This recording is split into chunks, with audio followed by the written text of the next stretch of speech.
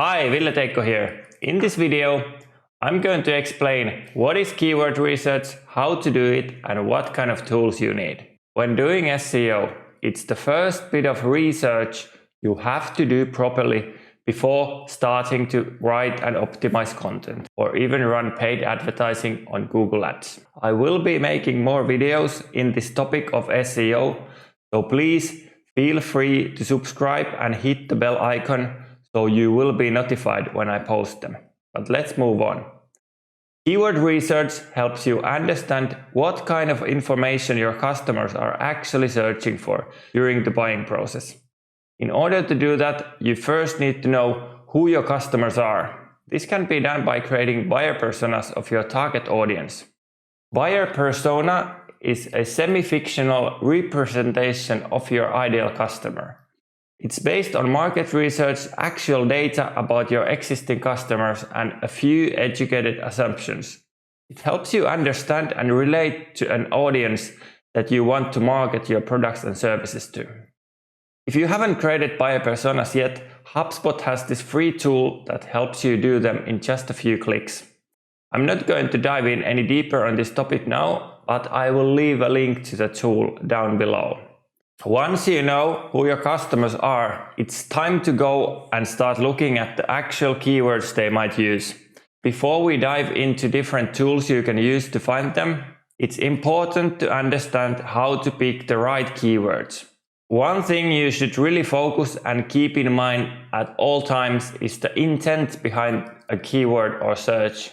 For example, if you are a freelancer or agency providing web design services for small businesses, what keywords would your potential customer, more specifically a small business owner in this case, search for when they are thinking about creating or redesigning a website for their business? A keyword like web design is way too broad, and most results are for someone looking to learn web design. A long tail keyword like web design service or web design cost, for example, is way more relevant because the intent behind that search is clear. If someone is trying to understand how much website redesign will cost, it's very likely they are at least thinking about to hire someone for that job. The easiest way to get keyword ideas is actually Google search itself. You have probably noticed as soon as you start typing a keyword, Google will start suggesting more specific search queries.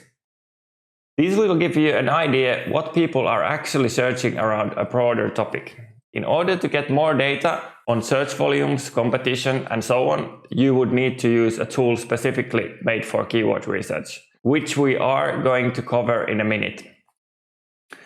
But it's still so important that you go into Google and actually search the keywords you find to get familiar with the results and what you are competing against. The keyword tool that I'm going to use in this video is part of SEMRush suite, which is a paid tool, but it's one of the best available. I will leave a link to a free trial if you want to try it out. There are other paid and free tools like Google Keyword Planner, for example. The same principles I will show in this video can be applied to Keyword Planner, but not all metrics and features are available. After all, it's mainly designed to get you quick keyword ideas for advertising, not organic search. The tool inside SEMRush is called Keyword Magic, and you can access it in the left-hand menu. Simply type in a broad keyword you want ideas based on, select a country if relevant. You will get a list of keywords presented in a table with different metrics in each column. Volume tells you the average number of monthly searches for a given keyword over a 12-month period. Trend shows you a graph of the interest of searches in the period of 12 months. You want to focus on keywords that are trending up or have consistent volume over time. If you see a huge peak in the graph, find out if that's seasonal or one-off trend. KD stands for keyword difficulty and shows you an index from 1 to 100% of how difficult it would be to outrank your competition in the Google Organic top 20 results for that specific keyword. The higher the percentage, the harder it will be. CPC shows the average price in USD advertisers pay for a click on that keyword. Comp shows the level of competition between advertisers bidding on a given keyword with their CPC campaigns. These two metrics give some indication whether a keyword has buying potential or not. SF shows how many different SERP features a specific keyword triggers. When you mouse over the number, you can see what those features are.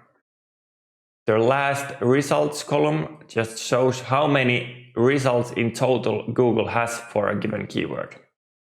You can, of course, order your list by clicking any of the column headers, but depending on how broad your seed keyword is, you can get thousands of results. To make it easier to go through them, this tool groups similar keywords. You can find these in the left-hand side. Another great filter is questions on top left. This will show you question type keywords, and it can really be helpful for giving you content ideas based on the actual problems and challenges your target audience has. Another great tool is the advanced filter that lets you refine your results. What I like to do, for example, is filter based on keyword difficulty to list only those that are more easier to rank for. Next step is to shortlist potential keywords you want to work with. Again, pay attention to the keyword intent and only pick keywords that are relevant to your target audience. You can save keywords to a list and save it. To do this, either click the plus icon next to the keyword or select multiple by using the tick box on left and add them using this button on top right. It will ask you to create a list if you don't have one selected yet. You can access the list later under Keyword Manager tool located in the left-hand menu. When your list is ready, it's always a good idea to refresh the metrics by clicking this button, so you are basing your decisions on the latest data available. What you can do now is start working through the list. Remember to go into Google and examine the search results for each keyword. Pick the ones where you see potential for adding value by providing the information they are searching for. This keyword list can also help you plan the structure of your website pages.